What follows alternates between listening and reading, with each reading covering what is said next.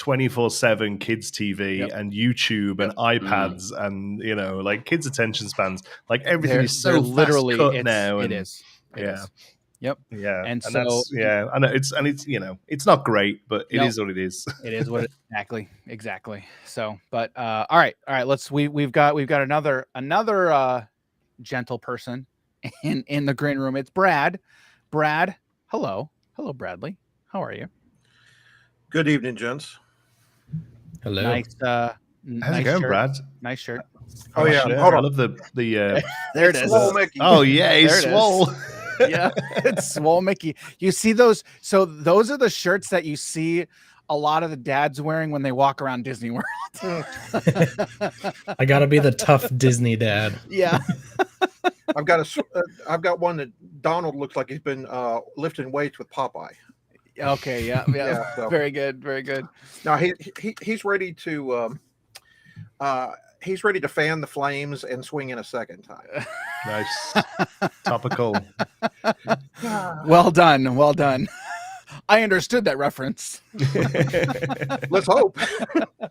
So now also lastly, Bradley, congratulations. I believe are in order because what was it that happened? Now you guys, what happened? You got approved for OP or what was it that happened again? We got approved for OP, but it was very, very late. I did not hear about it until yesterday.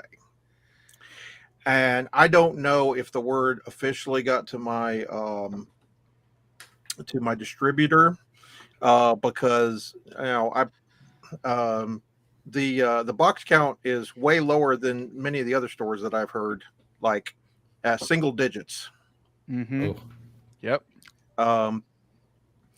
Now I will say that the starter decks and the gift sets and the troves, I got between a third and 2/3 of what I needed to fill pre-orders. Obviously, I told my group, I was like, don't pay me anything till I know, because I know this is going to be heavily wanted everywhere. So right.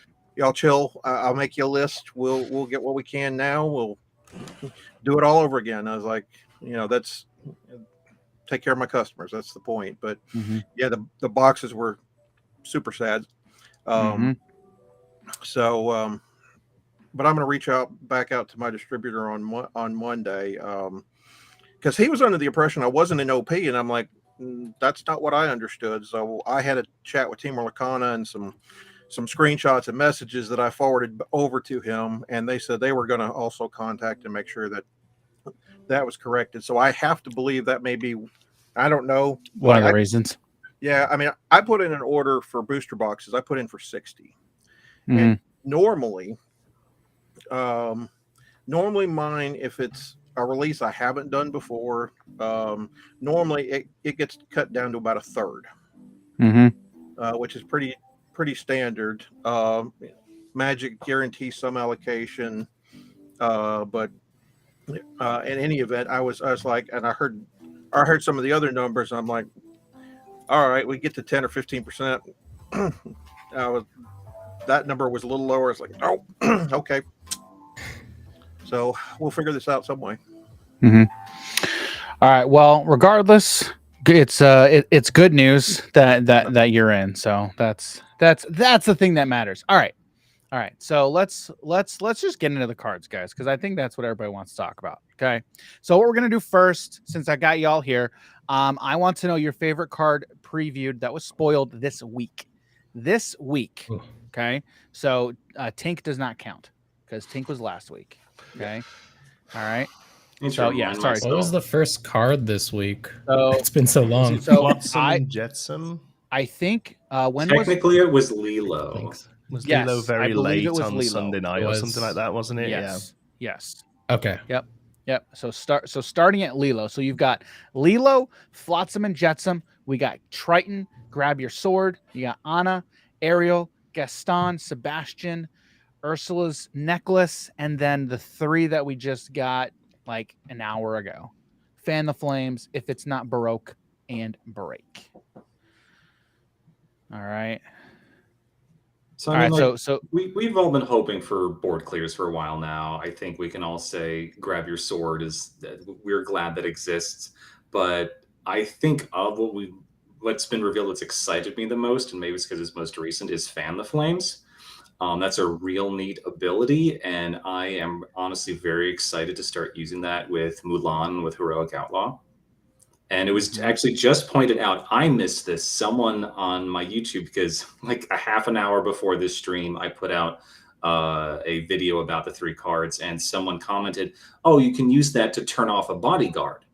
So if there's a bodyguard that's exerted, you can use Fan the Flames to unexert it. It says chosen. It doesn't say friendly or opposing. Yeah.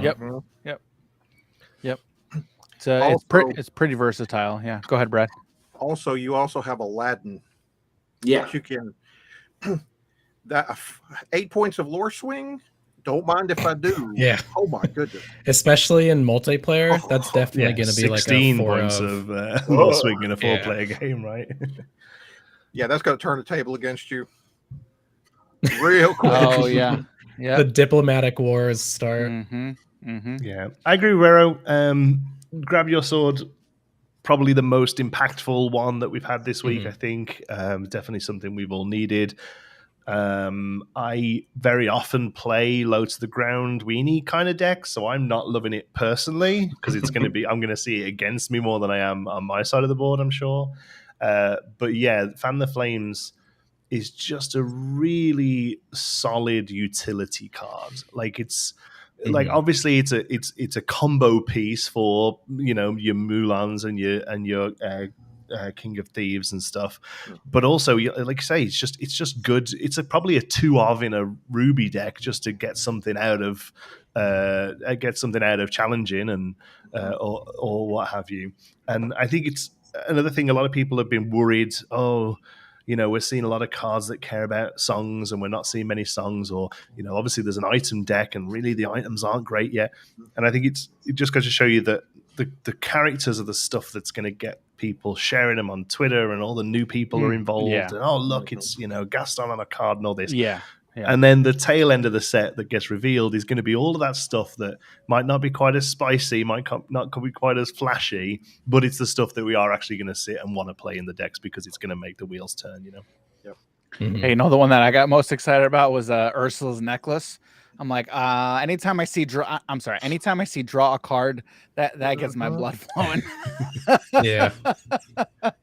And so when we saw the Ariel Spectacular Singer, I'm like, yes, that is very, very cool. There's a lot of small stuff. Like when I saw that singer ability, I'm like, all right, that's cool.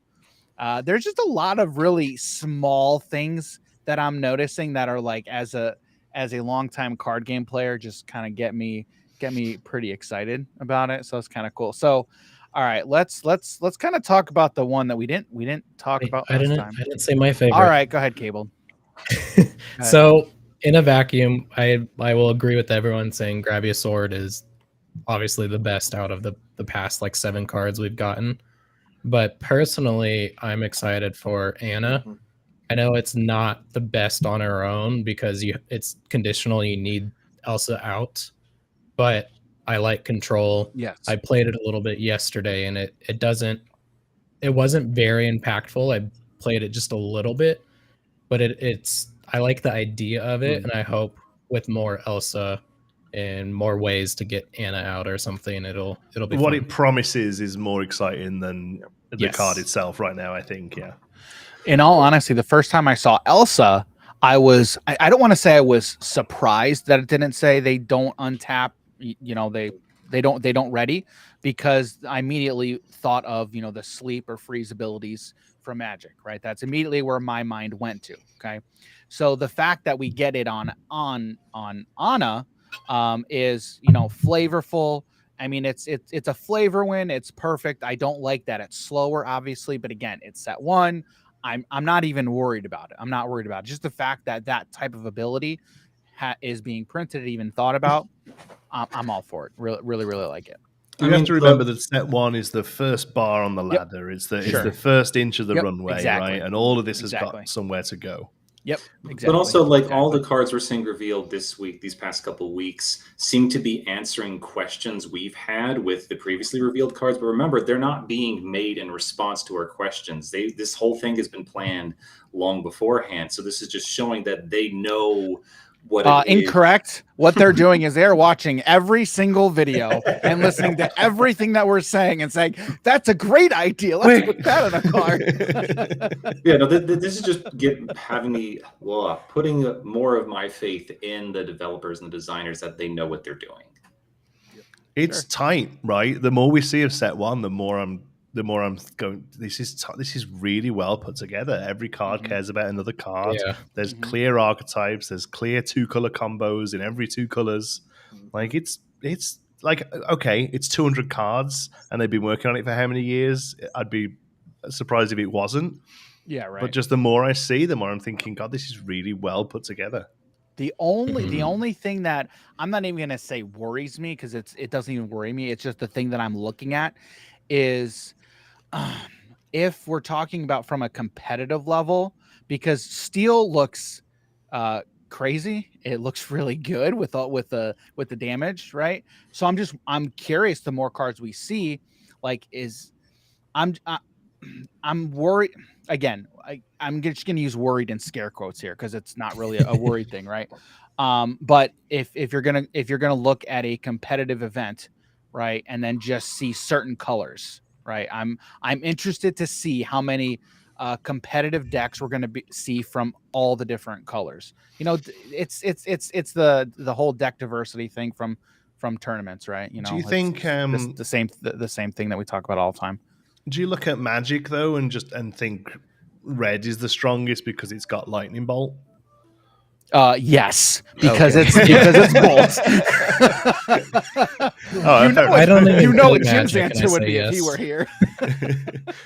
But yeah, like each color has an archetype, and good game design should allow at least half of them to answer a different half, right? Right, and then when we don't see when we've only seen half the card pool, right? There's just more questions than anything. It's, you know, when you don't have all the information, that's when it's like, well, what's gonna, you know? So that's but it's where we're at. It's where we're at right now. So in any case, speaking of Steel, how many people really like this card here?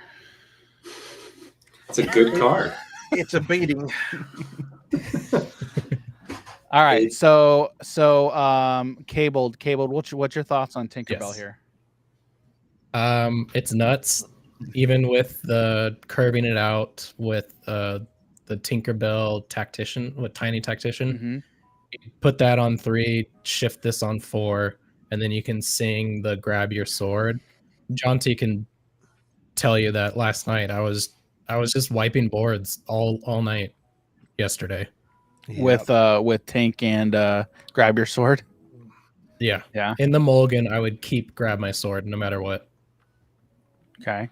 Yeah, my take on Giant Fairy is it's this month's Genie. So like a month ago, you go on Pixelborn, everyone's running Emerald, everyone is running Genie. It's Genie, and it's almost to the point where it's oppressive. We're like, oh, here's Genie, boom, bounce your stuff. Here's another Genie, oh, but here's the third Genie. And it's like, whereas now it's this month's like, here's Giant Fairy. Okay, here's the second Giant Fairy. Here's the third Giant Fairy. I will stand by what I said in my own video, and that is, it's very difficult to say one card is the best because they all should work within a package, and they will, like I say, some archetypes will be stronger against others. There is still not a single card that impacts the board as much as Giant Fairy can. And for that reason, I still think in a bubble, it's still the best card we have, purely just because of how much it can do, right? On its own, right. Yeah, it's really punishing to early any aggro deck or any low to the ground deck of any sort. I really wish that the cost and shift numbers were 1 higher.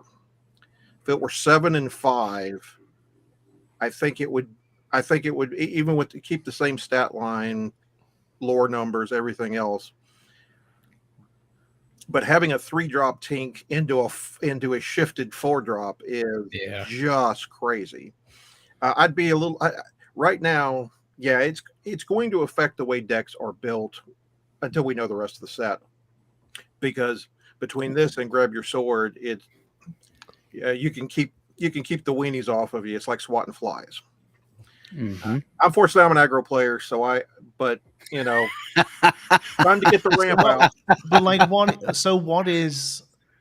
could we see for the Stitch deck or the Amethyst Amber low to the ground decks? What could we see them get that is an answer to this? Maybe like an item that reduces the amount of damage taken per turn. Yeah. Oh yeah. Now, unfortunately, that is also scary. But also, thinking about if you're shifting out Tinkerbell, you are effectively spending 7 ink on it. You are spending 3 ink on turn 3 on Tiny Tactician, and then you're spending 4 ink to turn Tiny Tactician to something else. You still only have 1 character. So like you are basically getting it on layaway. It's like Overload in Hearthstone or something. So you're not getting 2 characters. It's still just 1. Yeah. What's it called in Magic? Dan? What called in Magic? You spend a bit of mana and then you can play it cheaper later. Oh, Foretell. I love Foretell. Foretell. There you go. It's kind of like Foretell in Magic. There you go. Which everything is oh goodness. What's everything is kicker thing? Everything is kicker or horsemanship. Yeah. Yeah. The other mechanic that I would kind of explain it as they had a mechanic in Urza Saga called Echo. So you paid its cost the first turn, and you got it cheaper, and then you had to pay an upkeep once of its mana cost again. Yep. That also feels very reminiscent. I think the thing is that the one downside of her, I guess, with shifting her on 4 is that she's incredibly telegraphed, right? You know, Tiny Tink goes down on 3. You know what's coming, and a lot of other decks can then play against that by holding back a turn, because she really comes into play when she's got something to challenge into. Mm-hmm. But those really low to the ground decks where everything has one toughness, there's nothing you can do. Like, you just sat there knowing it's happening, right? Mm-hmm. Quest out and earn as much lore as possible before everything gets wiped is pretty much the only answer you have right now. Right. So it'd be interesting to see whether those super low to the ground decks ever see an answer to this, or if it's just one of those things where you sit down across the table and you see a couple of steel cards come out and you see a Tiny Tactician on turn 3 and you're like, well, I haven't got this one. Yeah. Also, now we're kind of seeing shift target bait. Like, someone was saying, if you're running an Amber deck, you may as well run New Dog because he'll aggro the fire the cannons. Well, thank you for that insight, Cable. So you just play Tiny Tactician even if you don't have Giant Fairy in hand. Like, people are they're gonna try to kill the threat of it, right? Yeah. Mm-hmm. And that's what's so great about Prince Ali is he has Ward, so he's just gonna sit there until Heroic Outlaw comes out. And so what are we saying Prince Ali in reference to exactly? The fact that he has Ward. He can't. He can't be chosen. He's basically the perfect shift target because you can just leave him there, right? Yeah. So the question that I would assume even characters with Ward, they could still be targeted with shift. I would assume. All right. Yes. So Ward is hexproof rather than Shroud. It's hexproof, not Shroud. Yeah. Gotcha. But you can just leave him sat there, not exerting him or anything, and there's nothing you're a component to do currently, because even things that would put him into challenging, such as like a card that gives something reckless, can't go onto him because he has Ward. Yeah, right. So he just sits there until you're ready for the shift. Unless they use Grab Your Sword, which currently Grab Your Sword is the only thing. Along with anything that actually kills the card kills the card. But maybe we see like a board wide reckless, which would be insane. But something like that. Right. That could be Emerald's 5-costed action card. Right. Okay. Yeah. No. All right. Obviously, Tinkerbell. Go ahead, Brad. Oh yeah. We need to play 2 Tinkerbells. Tinkerbell's first ability that will. Yeah, go ahead, Brad. Yeah, Yeah, you have to play 2 of her because the first ability will get every character ward or not ward.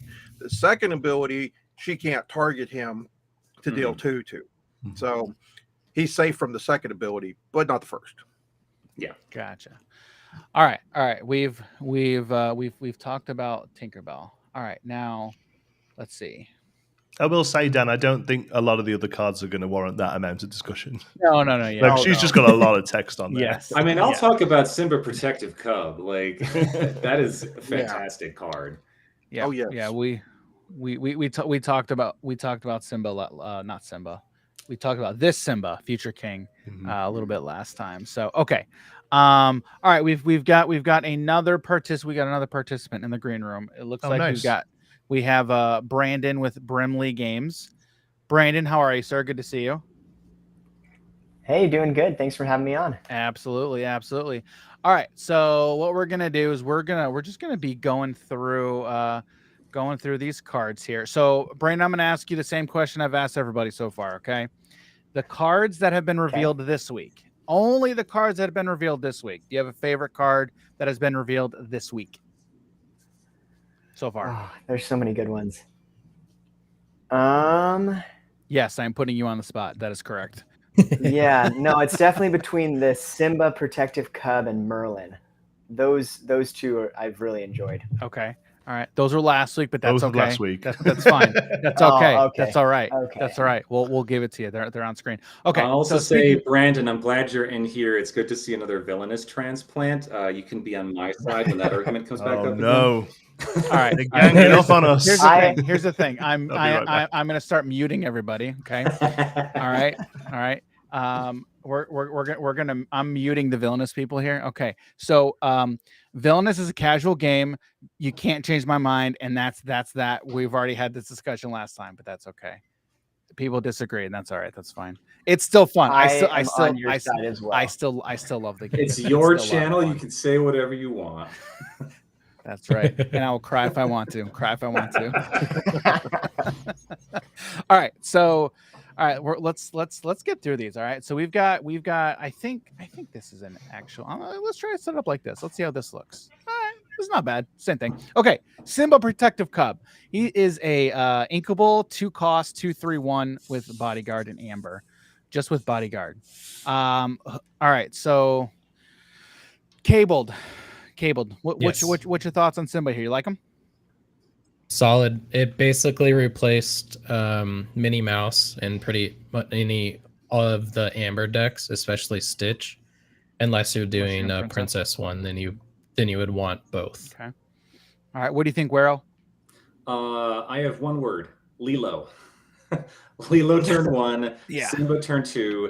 If you're not going against Steel, Lilo quests for so much. I was doing an Amber Sapphire deck that was based around like support and strength manipulation on Pixelborn, and I get in so many wins because it was just Lilo, Simba, another Lilo and a Simba, and it's just you get so much lore.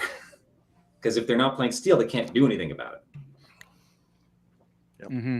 Yeah, that's literally what we thought when we saw Simba. We're like, man, with those low to the ground cards with two lore, anything with Bodyguard like this is going to be just perfect. What do you think, Jonty? Yeah, it was exactly that. Really solid. I don't think it's there yet, but I think there's a Amethyst Amber low to the ground deck. So like Baby Mal. Doing the exact same thing as Lilo there, you're just questing for days with this guy looking after her. I think it's great. And like you say, honestly, even in a princess deck, I still think I'd run this over over Minnie Mouse. Or why not both? Yeah, why not? You can only run so many cards in a deck. There's only so many, but literally just the even the classification matters stuff.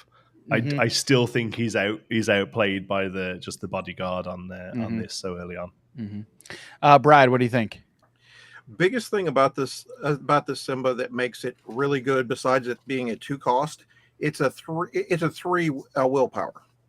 That 3 is huge because now we have Fire the Cannons, which is a 2, and if this was a 2/2, we'd be going maybe. But it's dodging that piece of removal currently. Now, it doesn't dodge one of the other cards that got spoiled recently. I'll if we go to that one, I'm sure we'll, if it was spoiled like today or this week, I'm sure we'll get to it. It was the befuddle. Oh, okay, all right, yeah, all right, okay. But yeah, it also dies to Gaston, which we'll get to. Yeah, it doesn't. Yeah, it certainly doesn't. Gaston just like Swole Mickey. He wants to beat something. But that three but just gets it past all of the 2/2s that are going to be played across from it for the most part, right? Yeah. But also, like, Simba makes Hercules look bad because Hercules is the same willpower. Like, why isn't Hercules a 3/4? Yeah. All right, Brandon, what do you think, sir? I love the bodyguard, and it's the lower cost bodyguards are amazing. So I'm just happy to see another bodyguard in Amber, and happy to see him at 2 cost. Okay, so here's something that I think I kind of just realized here. Now, Brandon, you are you haven't really been into the TCG world at all, correct? Like Lorcana is going to be like your first actual TCG, is that right?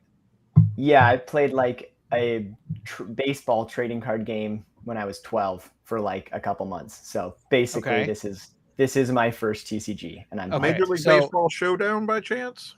Tops Attacks. Okay, that one. All right. Sorry, I'm old. All right. So I don't think we've had anybody in stream here, at least for a while that I can remember, who's kind of like you in that respect, Brandon. So before we move on, I've got to ask. So why Lorcana? Like, why are you getting into TCGs? Like, is it specifically because of Lorcana? And then what's kind of pulling you in? Is it just the Disney IP, or what do you got? Yeah, I think it's the Disney IP. Like, when it was announced at D23, I kind of thought, I didn't think of the trading card game aspect. I was like, oh, Disney card game, cool art, let's go. And then started to dig deeper and like, just, yeah, so pumped to jump into it. And then you were like, oh my goodness, these kinds of games are full of absolute insane people. What am I getting myself into? So anyway, welcome into the absolute amazing world of trading card games. Good to have you, and it's a blast. Hope your wallet's ready. I hope so too. All right. Kronk, 6 inkable, 6 cost, 6/6 vanilla. I mean, do we need to say? I mean, has there been any? So with the vanilla cards, you know, we're seeing some kind of higher stats than all the other cards, which is kind of expected, right? Does anyone have any like thoughts on just the vanilla cards in general, or? I mean like on paper, he is better than Cerberus. Like, you're getting so much for the extra ink, you're getting the extra lore, you're getting the extra strength. But in practice, I don't think I would ever run Kronk over Cerberus. Cerberus comes out sooner. It's just Cerberus is 5 cost, correct? Cerberus 5 ink, 5/6/1 lore. Whereas Kronk, you have to wait that extra turn. He is 2 ink, but like for 6. I need something more than just, oh, this is a beater. Like, I need something that's flashy. He's the same cost as Giant Ink. Yes. Yep. That's a good point. Yep. The same cost I as still Robin don't think vanilla is the right term for cards like this, though. Yeah. I mean, I know. Historically, it is, and so why do you say that? I'm curious. Why do you say that, Jonty? Is it because of Inkable? Is it because of that? It's partly because it's Inkable, and because it has 2 lore, which means it's twice as good as a card with 1 lore. Imagine this card. Imagine a 6-costed 6/6 in Magic that said tap, target opponent loses 2 life. Yeah, you've made that argument before. Yeah, and that's basically what this card is. Right. Or it gets you 10% of the way to your win condition. Yes. And I But just here's the don't thing. think Here's it's the fair. thing. In Magic, I pay 6 mana for something. I get a 6/6. When that hits someone's face, that's dealing 6 damage, not 2 damage, 6 damage. So I expect better lore scaling or some big effect, because I could play Kronk, or I could play 3 Aurora Regal Princesses. Like, that's the same total stats, except I get 6 lore. So why am I playing Kronk? You're right. My argument isn't that he's good. My argument is that I feel like we need something, a terminology that differentiates 2 lore or 3 lore from the single lore. In typical TCGs, right? You look at a card like Kronk, and you would think vanilla. Okay. Now there's also French vanilla. There's a lot of different terms, which maybe French vanilla, and like, I'm not, guys. Tell me if I'm wrong, vanilla. Because it's like French vanilla actually might be more applicable to vanilla cards such as Kronk, because how about French soy milk? So when they use a term like French vanilla, it's a standard basic card with only stats, but with a keyword. So that's what French vanilla historically kind of means. Yes, we have a lot of French vanillas in Lorcana. Right. And so maybe French vanilla might be a typical verbiage that's been used in TCGs before that might be more applicable to these types of cards. Like, Jonty, I think like, I understand your point, and I fully get where you're coming from. But someone's still bad. Calling the 2 lore vanillas batteries. I'm not sure where that came from. That's I'm not Sugi. sure why they Sugi came up says with that. A battery. I don't hate that. I wouldn't mind vanilla. I think it's from Keyforge. I wouldn't mind vanilla bean for the 2 lores, because in like vanilla bean ice cream, you get like all those little dots. So like those extra dots are a little fancier. I will say, countering Wero's, like, this is a 6 attack for Magic. I'll take the book out of Dan saying, like, this is a completely different game. We can't compare it to Magic because their win condition is health points, which is tied to the attack.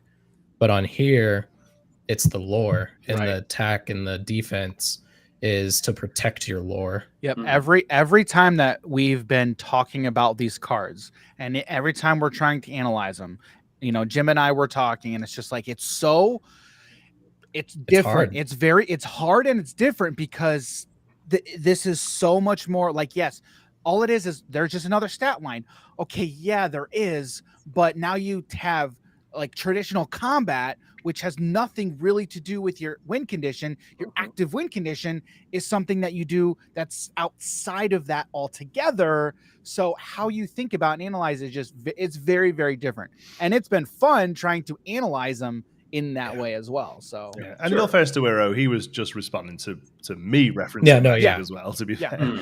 But I still think Kronk is basically Colossal Dreadmaw of Lorcana. Like, I'm never going to run him in a constructed deck. Yeah, it just comes down and he's just hang on. I think it's Maui. Maui is the Colossal Dreadmaw. Come on, guys. See, but Maui actually has 3 lore, and he's an 8/8. He is a massive. He does have he 3 can take lore? out anything. 3 lore, which means he's better than something with less lore, which means we need a different terminology. Vanilla double beam. But but hang on, but also an 8/8 is better than a 7/7 too. So, right? So couldn't we be using those? I mean, just to your point, Jonty, like, couldn't we? It's just another stat line. So a something with 2 lore is twice as good as something with 1 lore. But then wouldn't an 8/8 be twice as good as a 4/4? Yeah, you're right. It's just the number gets bigger. Exactly. But regardless, it's these are. I think if all that we've done is we've abstracted the ability. We haven't. Lorcana has abstracted the ability into those little pips down there.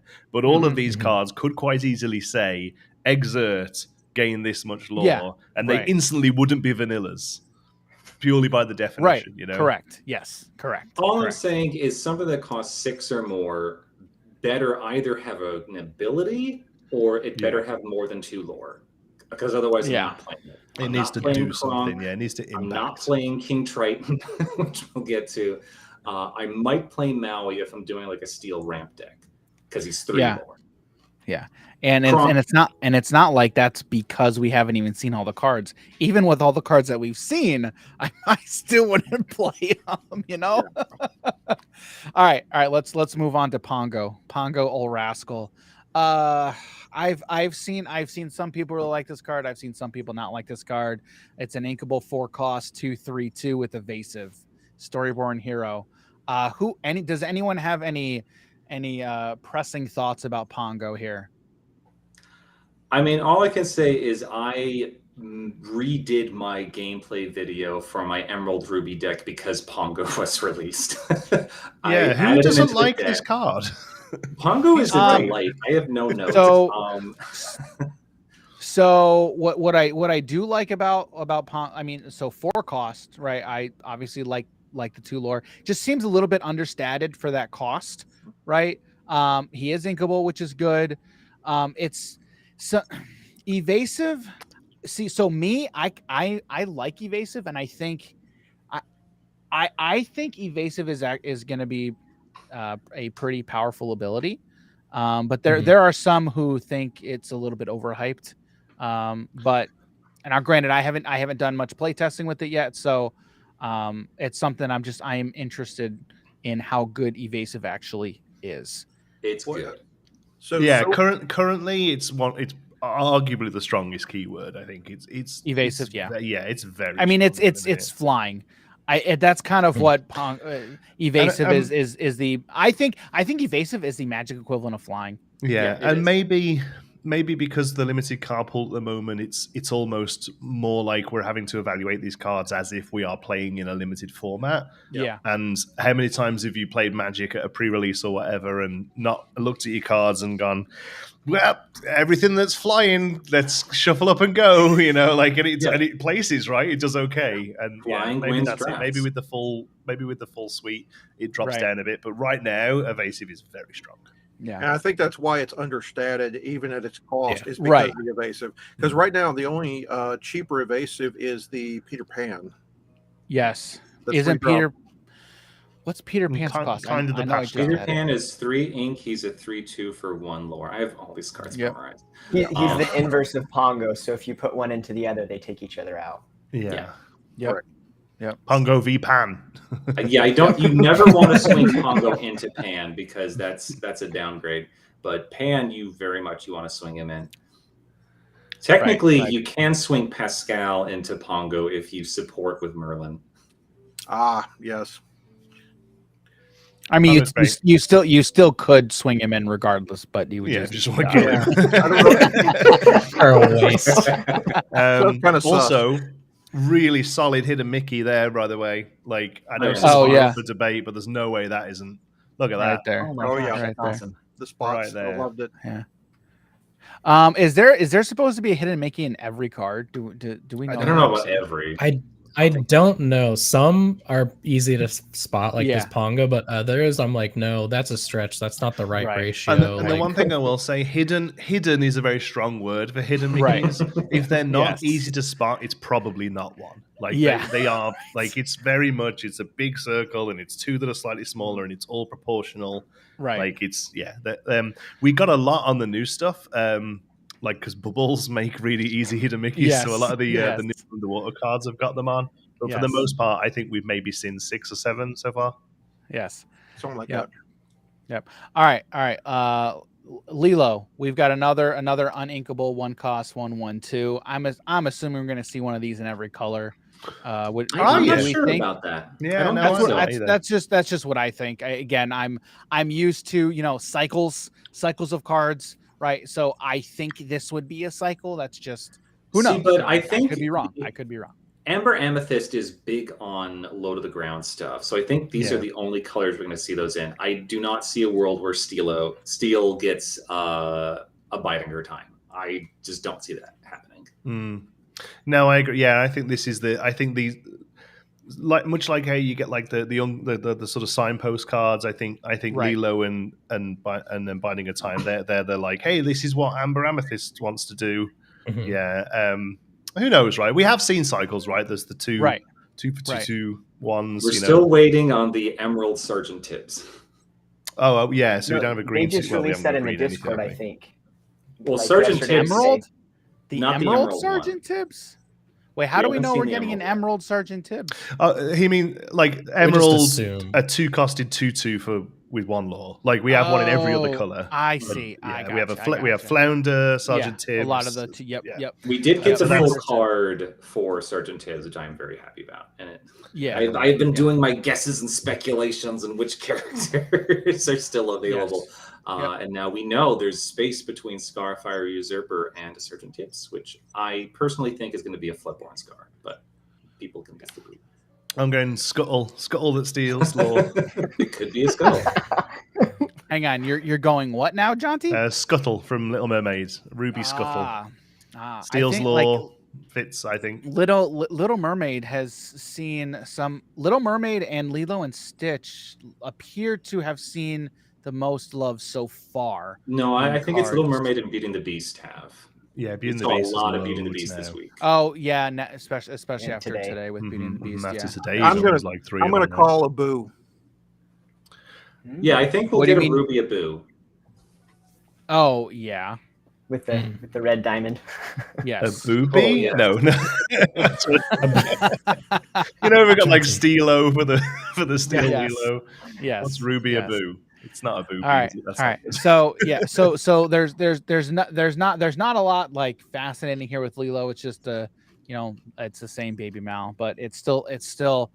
She's great. There's just not much to say, really. Yeah. Still. It's a fantastic. Whatever Maleficent biding their time was said. It's the same for Lilo. Thing. Yep. Duplicate it. Stick 8 in your deck. 4 and 4. All right. So we've got Flotsam and Jetsam. First, here's Flotsam. Uninkable 5-cost 3/4/2 with Rush and Dexterous Lunge. Your character's named Jetsam gain Rush. So we've got Flotsam here, and then Jetsam is up here. Jetsam Ursula Spy, Inkable 4-cost 3/3/1 with Evasive, and then the ability Sinister Slither. Your character's named Flotsam gain Evasive. So are you if you're playing one, you're playing the other? I don't think so. Sure. I think Jetsam is the better card here. I see decks where you just run Jetsam because he has Evasive, but you will only run Flotsam if you're also running Jetsam. Right. I would agree with that. I'd agree with that. Yep. Yeah. But if you're running only one and not both, I think you're probably running Jetsam. Just because of how good Evasive is. But yes, they obviously want to go together, right? Right. I think they're both perfectly designed cards. I actually like both of them. I like the design of passing those around. Similar to what they were doing with the Three Musketeers. One of the things that what'd you say, Wero? I said we still need to see Donald. I'm sorry, I interrupted someone. Yep. No, you're good. One of the things that I am hoping to do, right, and it's not going to it might be, you might be able to do this with set 1, but I doubt it. And it's going to take a while, but that's okay. Building like an Aladdin, like an all Aladdin deck, not just Aladdin himself, but characters from that IP alone. Yeah. That would be like those theme decks. That'd be really cool. That will be cool. They're spread over, I think, every color except amber right now. There's stuff in all the colors, so that would be real hard. I think you could. I reckon you're going to be able to do a sapphire, an amethyst steel frozen deck. Yes. I think we're going to see enough that it might not be very good, but you could smash all of the, pardon the pun, smash all of the frozen cards from Steel and Amethyst together and have a frozen deck. What I thought you was going to say then, Dan, is you won't be able to do it on the first set, even though we might get another one of each. I think I want to do a deck that is just Jetsams and just Flotsams. It's slivers basically. I want to do a slither deck in Lorcana. It's just 30 Jetsams, 30 Flotsams. They all give each other something else. How many years down the line do we need to have that many Flotsams? There's space for one of each still in Amethyst, right? No, there isn't. Is there not now? I thought we could squeeze another one of each in. No, if I'm taking a look. Another one of I know this is Flotsam and Wero's thing. Jetsam? He's got like a No. spreadsheet with gaps. There is and not stuff. room for Jetsam. There could potentially be another Flotsam, but I doubt it. But what about, is there enough room for both of them in another color then? There's technically room in Emerald. All right, there we go. That's Amethyst There's Emerald. technically room in Ruby, but I don't think Flotsam and Jetsam are going to monopolize that much space. I don't know. I could see Emerald ones. I could see an Emerald, Flotsam, and Jetsam. But yeah, I just love the idea of in 4 years' time going through my bulk of set one and be like, where's some Jetsams? And I will say those two cards, the flexibility of them when you do get them paired up is really good because you have the flexibility of just quest your evasive or rush. And yesterday I was doing that a lot, either just going back and forth depending on what state I was in that game, if I was behind or ahead. All right, let's go. Wero, I think Wero likes Triton the Sea King, right? Wero, he's got a inkable 7 cost 592. Whatever we want to call it for vanilla French. He's vanilla. a chunky regal princess. Pass. Look how big those numbers are. He must be good. Oh my god! I'm sure there is some King synergy deck that really wants Triton in it, or like some Willpower Matters deck that'll care about Triton. Right now, hard pass. Like there's one card in Magic. It's a 0/13 for like 3 mana in black that comes out tapped. Like no one runs that. It's a garbage card. But there's one commander deck where the commander is everyone deals damage equal to their toughness instead of their power. And in that deck, yeah, you run him. He's really amazing. Good, yeah. It's a tree or something, isn't it? Maybe later. A Rick Smithy? No, not a Rick Smithy. It's a tree, I think. There's a tree, but there's also a dragon from M13. There's a skeleton. I forget the exact name of it. But it comes in tapped. It's a 0/13. Yeah, but yeah, again, I think there's probably something that helps this out later. The Tree of Perdition. The thing is, like, they're not all bangers, right? Like, right. This is an uncommon. Right. We're not going to get 204 amazing cards. That's not how this works. There needs to be pack filler. Yeah. Right. Yeah. Which speaking of the rarity, you know what? Hang on, Brad, you were going to say something about Triton. Yeah, I mean, my Hearthstone. For the first few Hearthstone sets, I looked at this and I'm like, yeah, this reminds me of a Hearthstone card. Yeah, same. Never going to play it unless it's limited, and it's only going to depend on my options. Yep, agreed. Bad allocation means you play this. True that. But also, this is worse than a Hearthstone vanilla because he doesn't bring your win condition up by 5. He brings it up by 2. What are you talking about? He says on the card, if you tap him, you immediately see the vanilla bean or whatever. All right. Everybody, I think everybody likes this card. I don't even care that this is uninkable. I don't even care. I don't even care that this is uninkable. Yeah, yes, this isn't fair without Jim here to tell us how terrible this is because it's uninkable. Yeah, I'll fill that Jim spot. Yeah. Now, okay, here, in all honesty, though, when I saw this card, I'm like, yeah, this is cool. I think I put out a tweet and I'm like, some checks and some X's, right? Now that we see this, I don't think we're going to see a traditional board wipe, at least in set 1. What do you guys think? After seeing this, Ruby might get like an 8 ink banish everything. I think that's possible.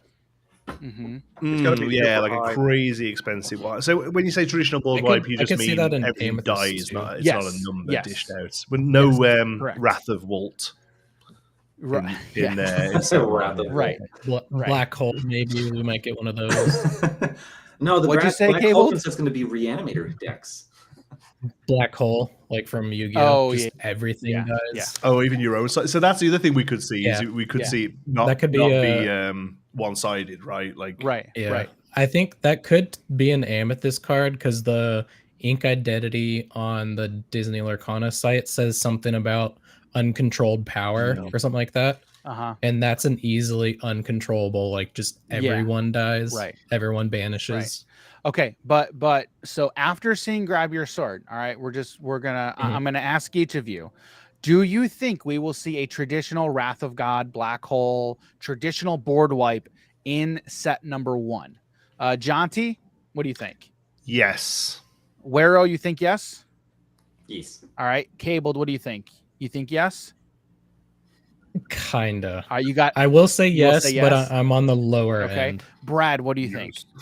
I think yes, but in my opinion, it'll end up having to be like a super rare or a legendary. Okay. Brandon, what do you think? With no TCG background, I'm saying no. You're saying no? Okay. All right. After seeing this, I said I don't think we'll see one, so I'm gonna go no. But I'll be happy if we see one, in all honesty. But I'm interested. This can't be the only board clear. It can't just be Giant Fairy and Grab Your Sword. I think we'll see. I think it'll be. I think, like we said, it'll be incredibly overcosted. Well, not overcosted, but like Wrath of God costs 4 mana, right? Like I don't think we're going to see anything like that that you can hold in your hand until you need it. Charmer and I both here with the hot take saying no.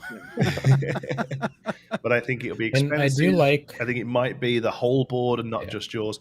What I don't think we're going to see is like a 6-costed deal 3 to everything, or a 7-costed deal 4 to everything. Like I don't think these kind of scale. Yeah. Right. I do like what Brad said though about rarity. I'm glad this is just rare and not super rare, because this is, to me, this is like a 4 of in most steel decks. Right.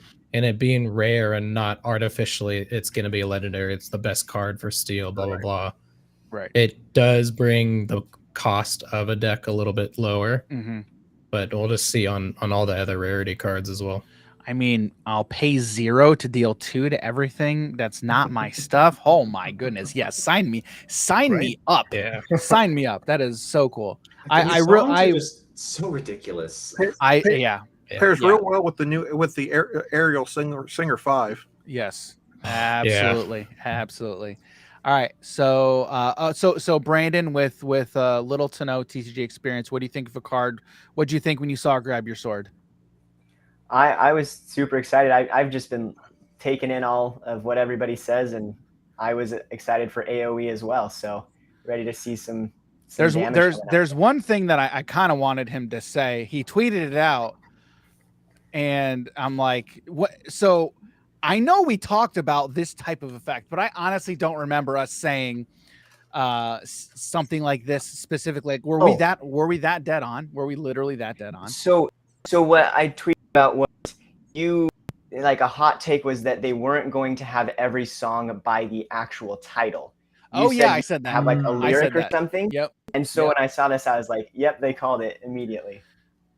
I did say that. One thing I do want to say about this before we move on is that with these high cost songs, so far we've seen Let It Go, we've seen Grab Your Swords, and for the most part, you honestly don't really want to see those until you've gotten to 5 ink or so. So getting them out early with like a shifted Dreaming Guardian or with Ariel Spectacular Singer isn't as broken as you might think. I'm waiting for the high cost songs that you do want to cast as early as possible. But that might be how they balance the songs, is that you don't really want to cast them until later on anyway. Yeah, I'm not saying cast Grab Your Sword on turn 1. Like, I'm not saying I want to cast this early. What I am saying is paying 0 to play this. Oh, absolutely, is ridiculous value. Is insane. I don't know. Against the right deck, this is still doing a lot of work on turn 4. Yeah. True. Oh yeah. Yeah. For sure. All right. Let's move on to Anna, Heir to Arundel. Inkable 4 cost, 2/4/2, and Amethyst. Storyborn Hero Queen, Loving Heart. When you play this character, if you have a character named Elsa in play, choose an opposing character the chosen character does not ready at the start of their next turn. I love that ability, and I'm sure all of you here probably thought this too. But it just says character named Elsa. It does not specifically one certain Elsa. I know at least of one other Elsa, Queen Regent. Has there been any others that we know There's of? also going to be Spirit of Winter. Spirit of Winter. Okay, all right. Spirit of Winter is the one on the sleeves or the box or something. That art. Yes. Yeah, I remember that name being on. That's how we know it's like the like one of the SKUs or the barcodes or something. Literally calls it Spirit of Winter. That's why we know the name. Gotcha. It may be the deck because I think it's the deck box and the sleeves because they match match artwork. Yeah. Oh, hang on. We've got Robert in chat saying, "What about a Typhoon or Maelstrom that only Triton can sing?" I mean, when I was doing like speculation about cards, I was thinking of when we finally do the Atlantis: The Lost Empire expansion, we can have the destruction of Atlantis action that banishes everything. You know what? That is the other type of board wipe, though. Is like a bounce, right? Like a cyclonic rift. You know, cyclonic rift, everything comes back to hand. That could definitely be something we see as well. Yeah. Do you guys think we'll see, kind of going off of that question, do you think we'll see songs that only certain characters can sing? I don't know. I think like that you might can be still adding cast too much it. You can still cast it for its cost. You can play it for its cost, but only certain characters can sing it. So it's cheaper. It's cheap. So yeah, they either can sing cheaper, it, get like a real good deal on the. So I could see some of them being cheaper based on what the song is. You can either play it regular or you can sing it if you're that cost. But if you're this character, if you can do it if they're as if they had singer or something like that. Yeah, I think I'm not even saying set one because that's not happening in set one. This is way down the line. Yeah, I think they're doing that kind of mechanic with the singer keyword. I don't think the way you're describing. Right. Because I mean, the only thing you could do is that it's a song card. It can be sung like usual, but if you have a certain character out, you can play it for free, and they don't exert. Like that seems crazy strong, but I think it would just say this can only Ariel characters or only characters named Ariel can sing this song. Well, now you need to think about that's not a lot of text on the card. Because you need to have a line for this is a song. Right. That's why I said one line. To sing this. You also need all the paragraph for the actual ability. Maybe you have flavor text, but now you're adding in this other extra line that is this either can be sung for cheaper or can only be sung by this character. And I think that's going to be too much. Right. Look at this. Well, this is reminder text. This is reminder text. A character with cost 5, that's just reminder text. That you don't need that. We have 3 lines of flavor text here. There can be room. There definitely can be room. So I understand the point. I get it. But there definitely could be room. I think especially when sorry, go ahead. So especially when, like I said, you'd have to limit it, I think, to 1 line. Only characters named X can sing the song. That's it. That's right. I do hope if they drop the reminder text for songs, I would love to see some sort of graphical reminder that, hey, this is a song. Like maybe like music notes around the inkwell cost or something. It says song. It says song. I know. It says song there, but that is very small and that's easy to miss. I would love to see a visual reminder if they decide to get rid of. So like you look at Magic cards, the Miracle has like a visual reminder. Fortell has a visual reminder. Like I just want to see visual reminders. It all depends on the card. It all depends on the card because they typically don't say, okay, we're done printing reminder text on the card. It kind of depends what else is on the card, right? I think a lot of times. But yeah, no, that's a fair point though. I think like for those actions that the bit behind the title could have quite easily have been like had like a music that would be really cool or something, just to make it really stand out. Right, like the background here, you could just have like or like where it says "grab your sword" rather than it just being the big gray blob there. It could have had like a stave. Is it called? My guess where they would put it is not here, but they might put something here, just in that background area. With like a couple of music notes, like I can see just like 2 half notes or two like a watermark. Yeah, like 2/8 notes. Yep, like a watermark. Yep. So speaking of turned into a hidden Mickey 2 on the notes. Yeah, there you go. So look closely on "Grab Your Sword" in the text box where the line is between the flavor text and the ability. Yeah, there's a treble. Yes. Clef. That's treble clef. So there's 3 different flavored text things. There's the quill, which is for stuff Lorcana made up. There's the open book, which is movie quotes, and there's the treble clef, which is for song lyrics. Yep. Right. The other thing Robert wrote in, there's no room for Elsa and Sapphire, unfortunately, in the first chapter. So Charmer makes a good point here. The top left, you could have that be like where you identify it. Yeah, as a song. Like that'd be a good idea as well, for sure. Yep. Just I do believe that the treble F thing for the songs, it's not only strictly for songs. It's what's below it, I believe, right? Coconut. It's what below it, I think. Yeah, Coconut Baskets technically has the thing because the name of the ability. Yeah, I'm gonna see if I can find it real quick. I do know Genie does not, because Genie has the open book, but his quote is a song lyric. Coconut. Here's the Coconut. It might not be Coconut. It could be Coconut Basket. Else. Yeah. It's Coconut not, Basket. I think what you might be thinking of is that it has to have the copyright info on it, even though it's not a song. Oh, the copyright. That's info, what it is. Which, again, Genie has that also because of the lyric. Right. Yeah. Right. That's what it was. Not the flavor text. Right. Okay. All right, let's grab your sword. Anna. Does anybody got anything else about Anna that they want to touch on real quick? I just like she works with all. I said it earlier. I just like she works with all the with any Elsa, so makes it much more playable. Yep. It's flavorful, perfect. It's awesome. Yeah. What's up? Go ahead, Wero. Yeah, I think all the ones where they're going to call out a character, it's going to be the big name, not any like subtitle. It has to be, I think, right? Right. I mean, it could, but then you're severely limiting it, right? Yeah. I think if it ever did it with a subtitle, it would have to be similar to like a partner mechanic where like go and find this card in your deck kind of thing. Right. You know, when you play this, Tweedledum. When you play this, go and find a Tweedledee or something. Okay. When I really Ariel Spectacular Singer, I'm like, this is awesome. This is really, really, really cool. I saw that singer keyword, Singer 5. I'm like, that is very, very, very cool. So Ariel Spectacular Singer, inkable, 3 cost, 2/3/1 with Singer 5. So she counts as cost 5 to sing songs, and then says musical debut. When you play this character, look at the top 4 cards of your deck. You may reveal a song card and put it into your hand. Put the rest on the bottom of your deck in any order. I said this earlier.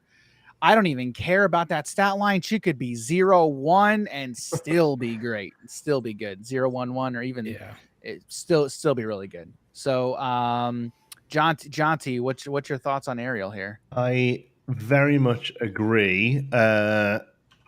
She's great. She's filters. She lets you play something earlier. It's like awesome card. And I love the singer is just it's just a variation on the ability we already have, right? So it's a new keyword, but it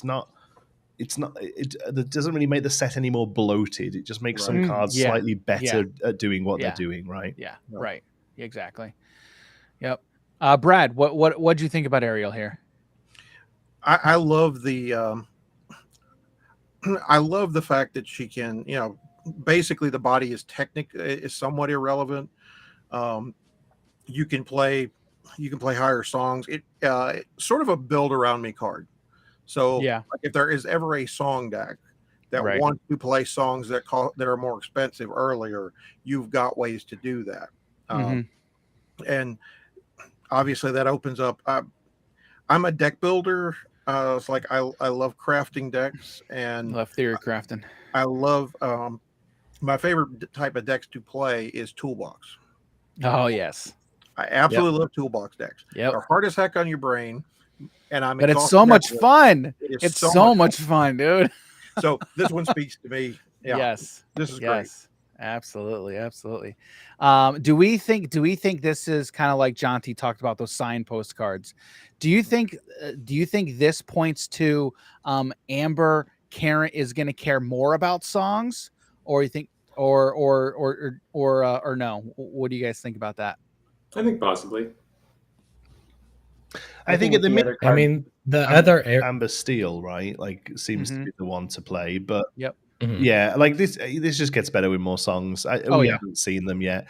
We need songs that get you closer to the win con, because at the moment all of the songs are more sort of like utility stuff. We need to see some kind of, I don't know, I'm trying to think of like a song about riches or something that just generates lore or gives characters and plus something like that. Right. That's what a song that would generate lore, like that's just the same thing as questing. Like, why would that be a song? I mean, like either one that just gives it you. Like more of a, because songs are actions, aren't they? I'm thinking more of like a passive thing, like everything gains +1 lore this turn or something like that. Okay, that would make more sense. But I mean, gaining lore is kind of the equivalent to life gain as well. It's it's a similar type effect. Well, no, not exactly, but it's lightning bolt to the face. It's lightning bolt to the face. If there was a song that said gain 3 lore, I would sing Ariel to do it. You know, like it needs to be enough lore to beat exerting her just to quest herself, right? So I know some folks were asking, or there was memes in the Discord for the rooster that's a bard from Robin Hood. Alan Adale. Yes, that would be a perfect character to be able to give other characters additional lore this turn. Yes. Yeah. That would be absolutely perfect. Spot on. Good singer as well. That's the other thing I can find with these new keywords. Like the first thing I do is go through and think of what other characters could have this, you know? Yeah. And he came to mind, like some of the characters from Encanto came to mind. As any princess, like... I mean, a lot of characters sing a song, but some of them... Like Ariel sings as much as any other princess, but it's it's in the narrative that she's a singer, right? You know. Well, it was kind of funny that right before Ariel Spectacular Singer dropped, like the day before, I made a fan card that was Aurora with basically like a 3/3/1 Lord Singer 5, except I didn't use a keyword so that she can sing as if she cost 2 more.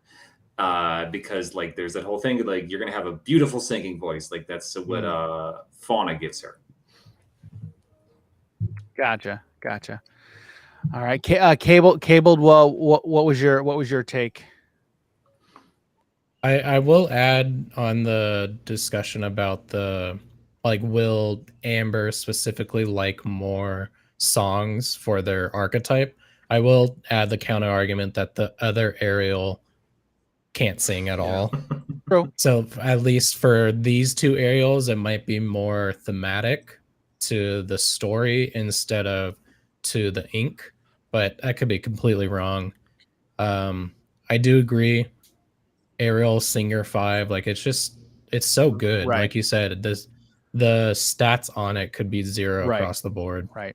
And it'll still be good. All right, Brandon, what did you think about Ariel when you saw this card? I kind of just want to play her on turn 4 and draw a grab your sword and sing it with her the next turn.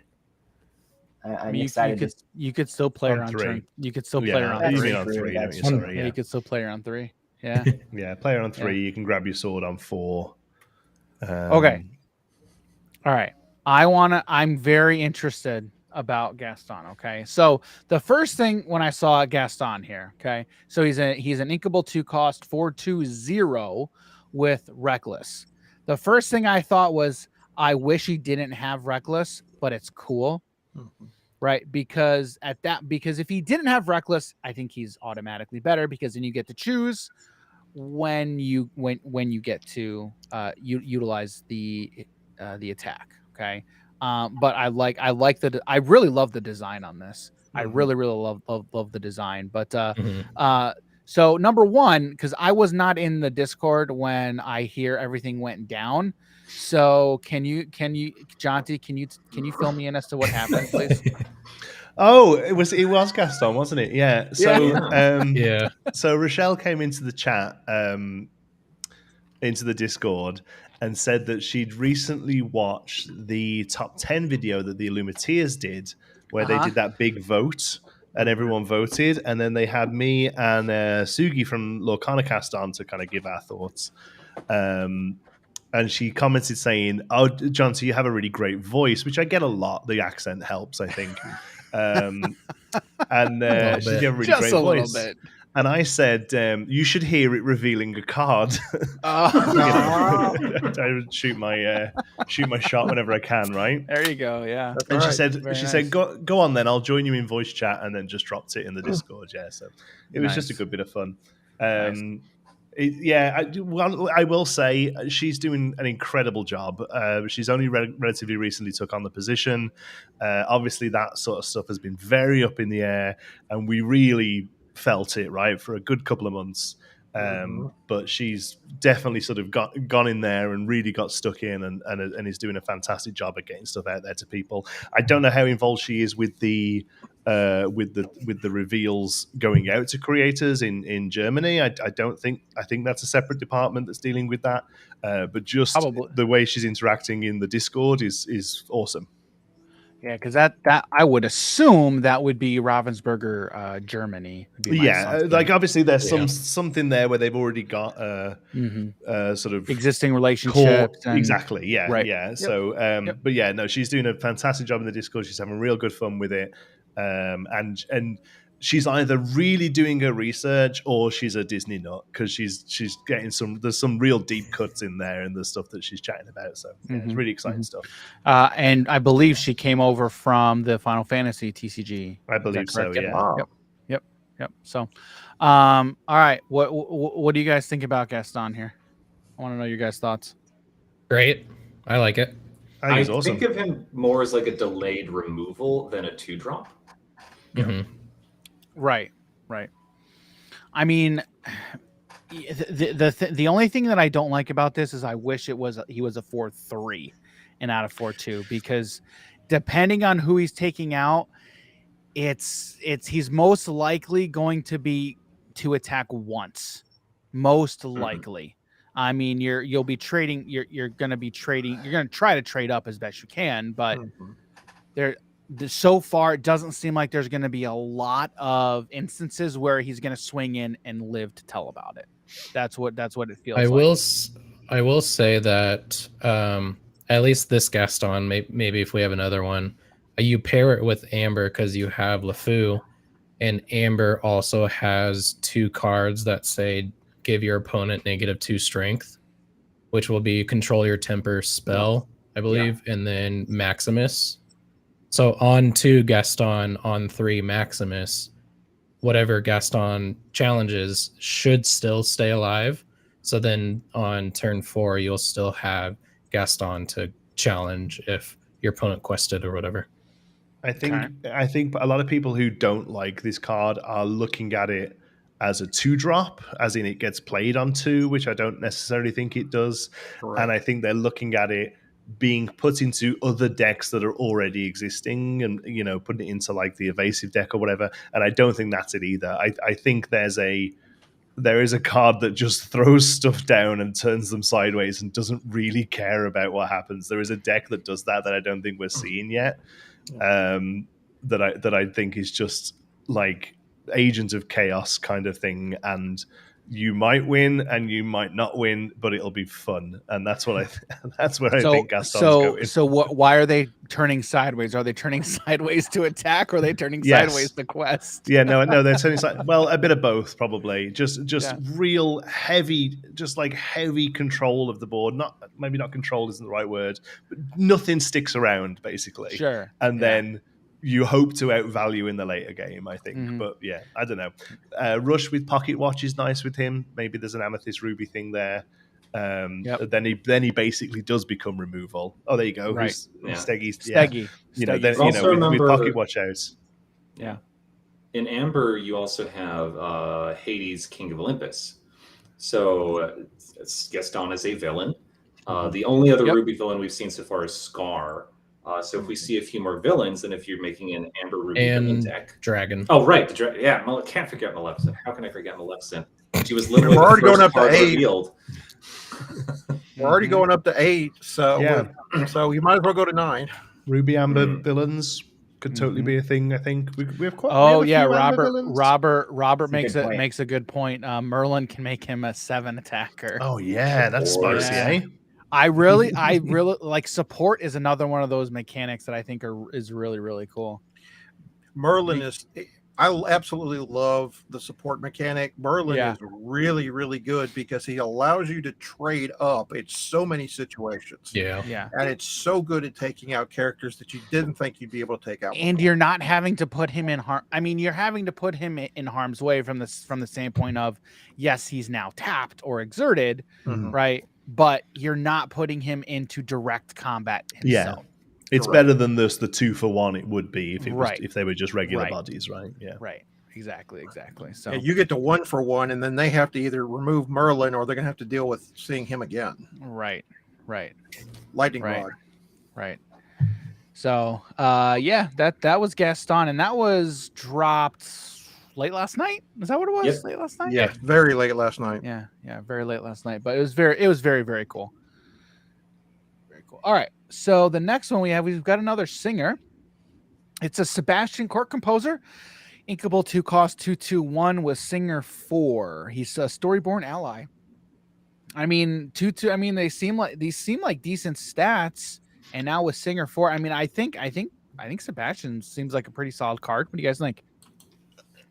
Yeah, you can say everything you said about Ariel. Really, it gets better the more full cost songs we see, I guess. Really, and the thing that I said with Ariel as well was she gets better the more 4 and 5 cost cards we sing, and then so with Sebastian, better the more 3 cost and 4 cost. Yeah, just what can you cheat out a little bit because of him? Exactly. But then, well, no, because you can't even cheat out side with him. But you can't. Well, not unless because that's a 3 cost, right? Yeah. So you play him turn 2, then next turn you get to play Friends on the Other Side for free, which you wouldn't normally. So so you get it out as early as you could, but it's free, I guess. Yeah, which is a bonus, right? Yeah, right. And then Flounder comes across and punches Sebastian in the face. Okay, who's someone running Flounder in a deck right now? Jared. It's probably Jared. Can someone tell me? And Jared is not here to defend himself, right? But can someone tell me what Jared's fascination is with Flounder? Why do I keep seeing so many memes with Flounder is better than like all these other cards? Can someone explain to me what is going on? It's the same thing with the wardrobe. I mean. Gotcha. They're good because they're bad, I think. It became a bit of a meme, didn't it? It's like how many Flounders take out this thing. Which we all know. Yeah. Now we have this card looks super sick. This one's a banger. Like, yes, please. Whenever you play a song, you can pay 1 to draw a card. I don't even care that it's uninkable. Don't really care because I'm drawing cards. I'll do it. Absolutely. What do you guys think? My least favorite part about this card is the name because it's so awkward. Ursula's shell necklace, like there was no single word you could use for that. I think it's cool. I love how the card plays. I think with What's up, Brandon? With Sebastian and Ariel that were just revealed, I think this is perfect for the Amber deck. It's a deck, right? Deck and, They have also there has been a rule clarification on this as well, in that the song completely resolves before you have to do the May part of this. So if you cast Friends on the Other Side, you get to draw the 2 before you decide whether or not you want to spend 1 to draw a 3rd card, which is neat. Because a lot of people are just unsure as what is play, as it hits the table or what. Right. But they've said no, the whatever song it is completely resolves, and then you go on to spend 1. I'm waiting. I'm waiting for the in-depth rule book. Yeah. Yeah. The judge in me says I need this. Yeah. The judge in you says you need what, Brad? The comprehensive rules. Oh yeah. Right.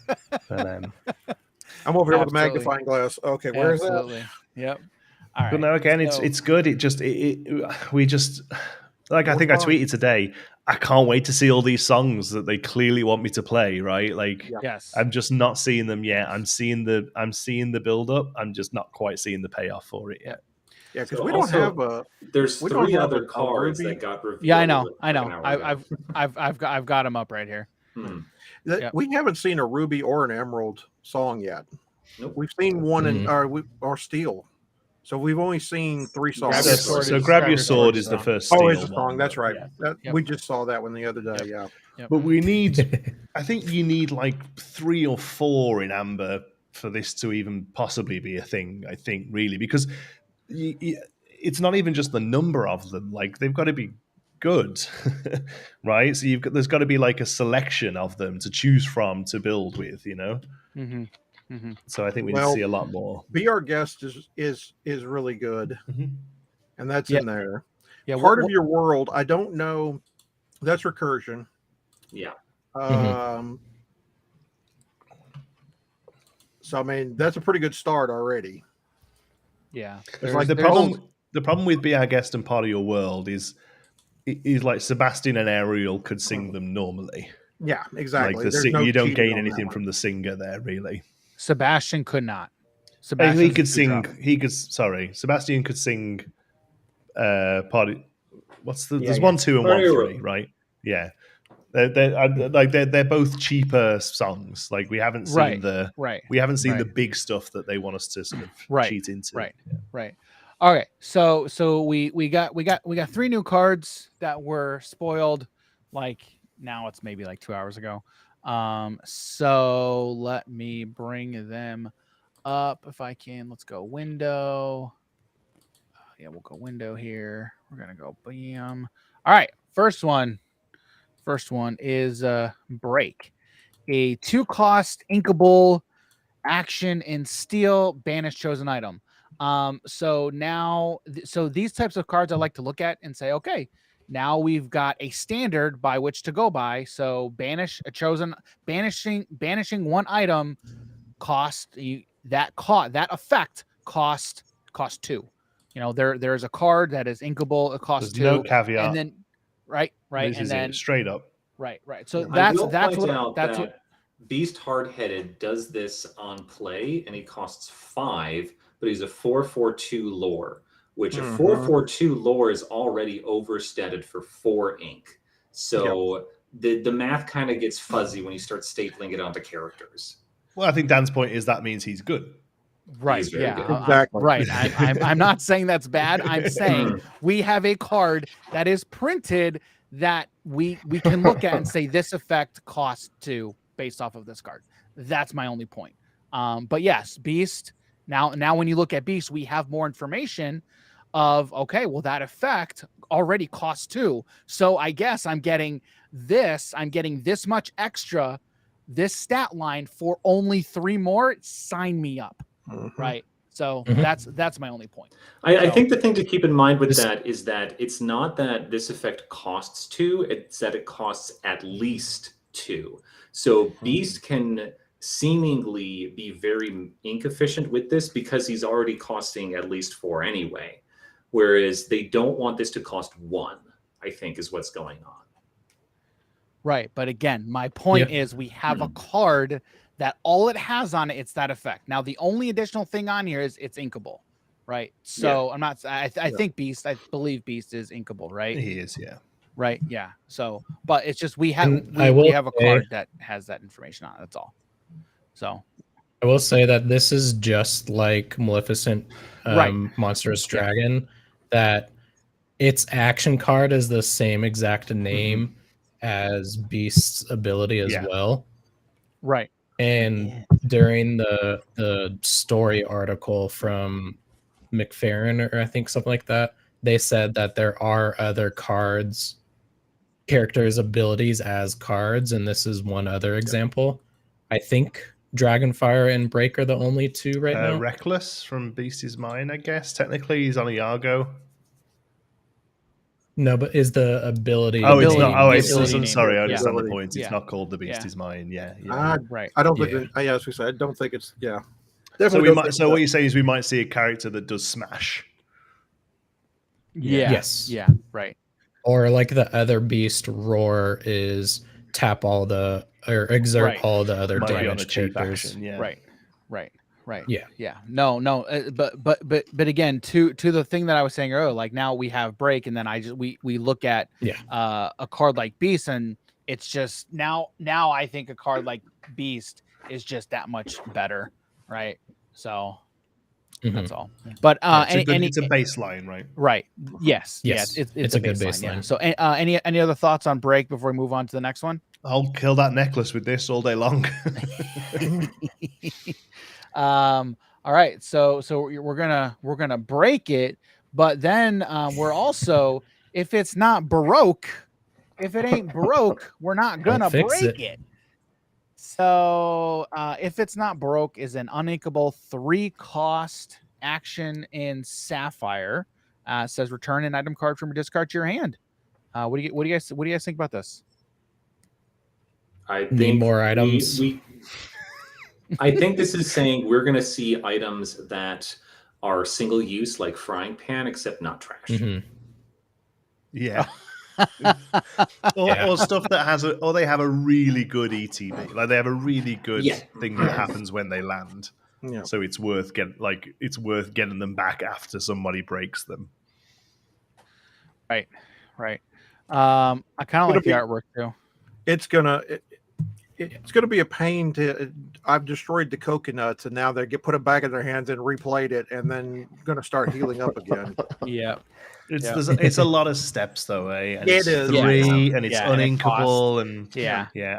I'm sorry, Cogsworth. I don't know if this is great. I think this goes in an item deck, and that's it. Yeah, right. Like there's a deck that's like Who's It Collector with Maurice and Belle, and all it is about like the value off items. Right. But this isn't the sort of thing you're going to stick in anything else. I don't think at the minute at least.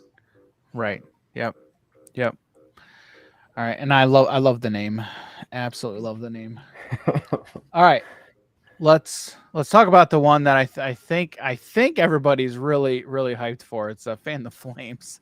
Fan the Flames is a 1-cost inkable action in Ruby. Says ready chosen character. They cannot quest for the rest of this turn. Pretty words can move a crowd, but so can ugly ones. Very true. No truer words have been spoken. All right, what do you guys think about Fan the Flames? I want to play with it. Yeah, I want to pixel more now. Just how I said that the last one kind of very specifically is probably just built for that one deck. I think this goes in anything that you're playing Ruby in. Like I think there's so many different things that this can do. Oh yeah, it's it's inkable. It can get your combo pieces going again. It can take a bodyguard out of combat. It's great. Yeah, I just like it, Dan. Yeah, it's super simple. It is super simple, but it's a very very good card, right? Versatile. And it's especially at 1 because now the way that I see it is okay. I'm gonna go. I'll quest. But now that I'm in a vulnerable position, I will pay 1 extra just to stay out of that vulnerable position. And now my opponent has to do something. They have to take an action. They have to take something. They got to do something to now. If they want to make my character vulnerable again, they have to do something, right? Yeah. So I very, very, very much like that card for sure. It's so versatile. It's what makes it so good, especially at that cost. Yep. Do you know how good this is? I'm bringing this back with Lady Tremaine. Oh, yeah. Nobody's playing Lady Tremaine. Yeah, no one is. But this is what I would bring back if I was playing Lady Tremaine. Yeah, like I think this pairs well with the support as well. I mean, it pairs with anything, but like Merlin, we were talking about, you quest with him, give your 3 attack, and then you bring him back up so you can do it again next turn. Yeah. Yep. Yeah, just immediately get them out of harm's way. But the thing that I was also thinking about too, but where talked about it when we first started the stream was how can I use this on my opponent's stuff? Like how can I target my opponent's stuff? Is there a thing that we can do outside of removing a bodyguard? Right now, I don't know why else you'd want to ready your opponent's stuff outside of removing a bodyguard. But I mean, that's definitely enough because that's still a lot. That still is going to be able to do a lot. As it stands, I can't think of anything. Unless one of your characters have reckless. Oh yeah, you might want to use this to save a Gaston. Maybe. I mean, that doesn't seem like amazing value, but but now hang on. Why say so? if your own character has Reckless, you make sure that there's no exerted characters on their on your opponent's board. So if Gaston's got to swing into a flounder, you fan the flames on the flounder to keep the Gaston alive. Like it's not a good great thing, but it's doable. Right. We've got Giant Fairy Tink can banish 2 things, deal 4 damage or 2 and 2. Oh, that's dirty. Dirty. Okay, hang on, Brad. But what's the really dirty thing? You talked about it earlier with another card. Well, you have Mulan, which Mulan banishes something and gives everybody else +1 lore for the rest of the turn, which is absolutely crazy. So if you ready her and then banish the second one, now they're going to get everybody's going to get an additional lore. Yeah. So everybody's got +2. And then then you also have Aladdin, our thief, our 7-drop that shifts for 5. Higher. Heroic Outlaw. Yeah, I couldn't remember. I knew it was Outlaw. I couldn't remember if it was Heroic or not. Here it is. There he is. Yeah, I keep calling him Prince of Thieves. Basically, I don't remember that one. Yeah. Whenever. Oh, goodness gracious. That's just. Woo. Just get up the straw and suck up the lore. Yep. And that's why a real one thing I really love about Fan the Flames is it's pretty good on turn 2. It's pretty good on turn 8. Yeah. Right. There are if the deck's built for it, there are times when it's just a useful. Yes. Dan, I really like this card, Dan. You don't say. It is such a useful tool. Is very, very good. I love any. I don't want to say I love anything that costs 1, but I mean this type of effect is just super solid. And then at 1 cost, oh man. Well, we were also talking about, there's also the Floodborn Hades. Oh, it's +1 lore for each other villain you control. But you can't quest again. You can't. Yeah, you can't quest again. He only gets the 1 quest. It's definitely this is definitely built keep towards the alive. stuff that's fighting. Yeah, right. It's just there's so many uses. You can, like you said, like the flaw of this card is that it takes something out of challenge, on your opponent's turn, right? Like like the worst thing it does is ready something. Well, I know that's what it says, but you know what I mean. Like the worst thing it does is the worst thing it does is what it says on the card. Is what it says on the card. And for more fantastic TCG takes like that, you can follow me.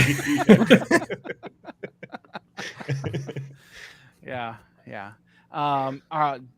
Who said this was their favorite card spoiled this week? Somebody did, I think. Wero? Okay. All right. Yeah, I think it's mine. Can I change mine to this? I can't remember what I actually said now. Yes, you can. You are allowed. You are very much allowed. So, I don't think we missed anything. Does anyone? Do you guys have any cards that you think we may have skipped over? I think we got everything for the most part. I think that was the most we've ever done on one of these cards. Yep. And yeah. So I think we said this the last time we had one of these roundtables, but man, we had a pretty good week of just really good banger spoilers, really good. So, and we've still got, how many do we have left? Did anybody have that number offhand? So we have 115 now, I believe. So look, if I look at Lorcana, the 3 new actions aren't up, and it's named 112. So that's 12, yeah. 89. Gotcha. 89 cards left. All right, which is still, and we've got what? 3 weeks? Are we 3 weeks out till Gen Con? Less than that even now. 2.5. Man, but I don't think it's slowing down. No, like Rochelle's already said, see you Monday for more, and there's the thing tomorrow. I don't know what we're going to see from tomorrow, but there's an invite only thing happening in Berlin. Could all be like super NDA, but it could be starter deck reveals, right? Like I don't know. Yep. Yeah, that starts 10 a.m. Central Standard Time is when they kick off. It's 5 p.m. Berlin. So, wow. Cool. All right. Well, that's all the cards that we got today, everybody. So appreciate everybody stopping by. This was fun. Always a joy to have multiple people stop by the stream. Only downside is Jim was not able to be here tonight. We miss Jim. Telling us how terrible uninkable cards are. Oh, he'd have had something to say about that necklace, wouldn't he? Jeez. Oh, absolutely. He absolutely would have. So, all right. Well, uninkable. Yep. All right. Well, as we get out of here, we will in no particular order. We're gonna say goodbye to Jonty first. This is so out of the ordinary. That's a first. That's great. I need to pee. Yeah. so any closing remarks, Jonty? No. Good fun week. Always like hanging out. Lots of great cards. Yeah, all good. Cool. All right. Well, take care, my friend, and we will see you next time, sir. Bye-bye. See ya. All right. Cabled, we'll say goodbye to you. Yes. You got any final comments for your cat there? Yeah. This is Arthur. Hello, Arthur. Little orange tabby. That one right there. That's Merlin. Okay. And you can't see, but down below I have Percival. All right. Nice. Very cool. All right. You got any closing remarks for us? I'm excited. If we do get the starter deck lists either like this week or next week, I'm just gonna be jamming a ton of games with those just to prep for Gen Con. Yeah. That's pretty much it. Very cool. All right. Well, good. Hopefully you had a good week, and we'll see you next time, sir. So take care. See ya. All right. Wero, any closing comments for us tonight? I have a new video in the works. I just wrote up a script. Gonna try to have it out in the next couple of days. It's gonna be on how to build a deck. It's been a while since I've done part of my How Do I Lorcana series, so I want to do another one of those. Cool. All right. Well, be sure to go check out Wero's channel for when he drops that video. So good to have you here, sir, and we will see you next time, my friend. Bye. All right, take care. All right, Bradley, Mr. Swole Mickey, you got any final thoughts for us, sir? Well, basically, I've got more proxies to print. I've got a table full. I was setting up demo decks. We're doing a demo deck learn to play at the store next Sunday. I did one last month. I'm doing one this month. And obviously with the amount of product, we'll probably have to do more of that. But as long as we can keep them interested, that'll work out one way or the other. But yeah, I'm actually kind of excited to see what may drop tomorrow at the at the Berlin event. At the Berlin event, like to see what trickles out. Intrigued, yeah, very much. So, all right, well, good to see you, sir, and we will touch base with you next time, my friend. Take care. Yep. Yeah, have a good one. Take care. All right, Brandon, do you have any final closing remarks for us tonight? Just thanks for having me on, and I'm super excited for Lorcana. It's crazy how fast it's coming. Just super excited for it to be here. Absolutely. So, all right. Well, thank you for joining us tonight. Hopefully you had a good, enjoyable time. I did. And good. So hopefully we see you next time then. So, all right, Brandon. Sounds like a plan. See ya. Take care. All right. Have a good weekend. All right, guys. That's it. That's all the time we got for you tonight. We went through a bunch of cards, had some fun, hung out, and so these chill streams are always nice and enjoyable. So thanks everybody for coming out. Yes, we all see what you did there, Turtle Dude. We all saw it, and we're here for it. It's fine. Don't worry about it. I wouldn't have been able to help myself either. Good job. Well done. So, all right, guys, thanks for hanging out. We had a good time tonight, and got some other stuff to do tonight. But we'll see what next week brings, if we're gonna do another roundtable or if we're gonna wait another week for that. But we've kind of been doing these kind of every couple weeks. But we'll see. We're gonna see what we get tomorrow from Berlin, And then we're going to have another spoiler video from us, kind of just wrapping things up on our end as far as giving. It'll just be kind of my thoughts on these, because like I said, Jim's gone. Man, goodness, traveling, that guy. Oh my goodness. That's okay. That's all right. So, all right. Well, I'm going to get out of here, and you guys all enjoy the rest of your weekends. All right. So get out of here. Have a good time. And actually, we need to read what Turtle Dude says here. What do you say? I feel like we need a 4-chord progression playing in the background for each of the band members to do their solo before leaving stage. That's actually not a bad idea. I like it. So, Robert, appreciate it, sir. Thank you for being here. Thank you for hanging out. Yeah. And like John T did earlier, go check out our Alpha Clash content, because that game is fun. Tomorrow is dropping our set review of that's the other thing I forgot to talk about. The white cards. Go check that out. So Jim and I have talked. We cannot wait to do the set review for all the Lorcana cards. Because we had a ton of fun doing that with Alpha Clash. We're like, this is going to be super fun when we do this for the Lorcana cards. That is going to be fun. It's going to be a lot of work, but we don't really care, because it's going to be fun. So it's going to be quality content. It's going to be quality content, y'all. Yeah, you stick around, whatever. You know, I'm crazy, but you are all here for it. Don't lie. I know. So, all right. Well, we'll see you guys. Have a good night. Take it easy. Have a good weekend.